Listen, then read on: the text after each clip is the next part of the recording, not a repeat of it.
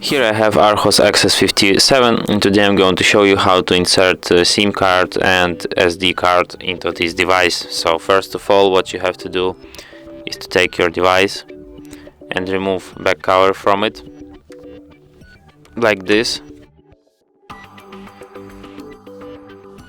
Next, here you have this SD card slot, and here you have the SIM card slot.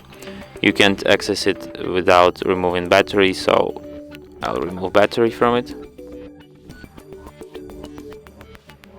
And here you put memory card, here you put SIM card,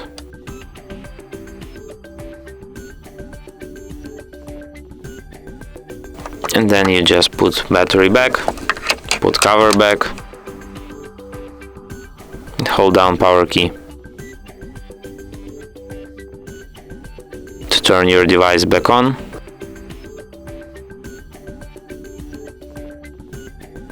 And as you can see, device reads SIM card. I don't know the pin from it.